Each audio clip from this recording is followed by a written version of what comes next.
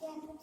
minawa sa aku malakya buntun canguk atangin so mapakarpe kay lalbahi kadang lang siraw suwangin nang di o sa kapafate uti baural inilate in ute hunatato katuwate in kalpensana zopo in zoongayaw kanye na laukir ulang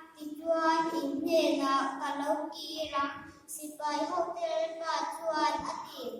nang ni ero tuan ingat yang ye kan kirang intia misingin patian ka tu aruk saktu remki mase nang ni tuan ninduk sakshi nang ni ero tuan ingat yang ye kan ruk sakce intia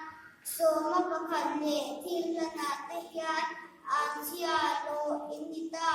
nang ni hena pupuyan kay himin saksi china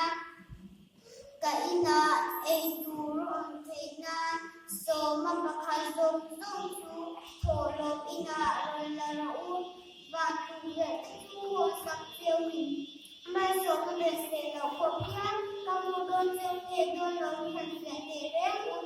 sipai hotel ka tuan aki era tuju kakapsang ang jewa tuan indira tu aki siasa to lebang jewa wana ingre bratu anang kerato hek labang sipai hotel ka tuan aki tin namzong musungin etol anti ang jewa rang doon tang inani doon ang bangin sipai hotel ka tuan aki pero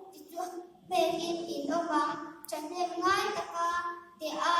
bemuka sonuka yan soy in malsunga anpe ang jewa inte nanga dukin ante sale do si jewa ati a bagyan suan nim taka betu ati ang mga iti at yang mga chatel pagkasata lalu sa churse